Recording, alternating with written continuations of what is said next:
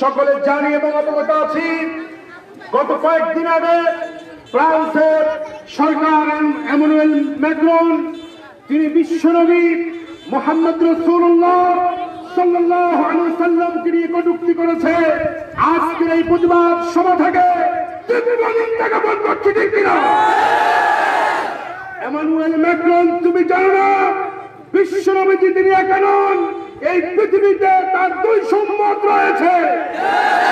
এই 200 কোটি উম্মত যদি জেগে উঠে তোমরা পালানোর জায়গা খুঁজে পাবে না। তুমি মুসলমানদের কলিজায় আগুন ধরিয়ে দিয়েছ। যতক্ষণ না তুমি মুসলমানদের কাছে ক্ষমা না চাইবে, মুসলিম উম্মার এই কলিজার আগুন নিভবে না।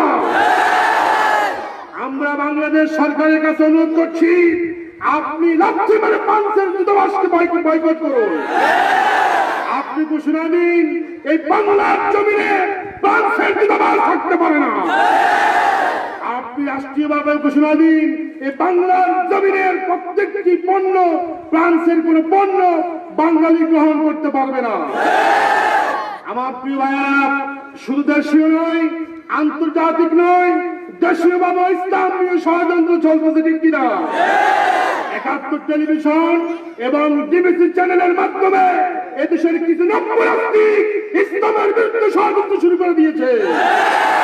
আমি সংক্ষেপে বলি, বাংলাদেশের তাওহীদি জনতার শরীরে এক বিন্দু রক্ত থাকতে নাস্তিক মোর্চাদ রামবামদের কোন ষড়যন্ত্র আমরা সহ্য করব না।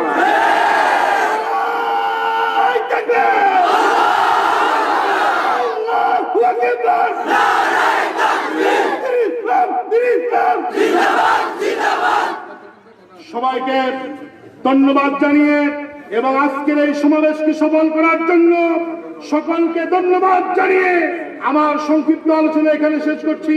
আসসালামু আলাইকুম ওয়া রাহমাতুল্লাহি ওয়া বারাকাতুহু। এখন আমাদের মসজিদের সভাপতি সাহেব মোবাইল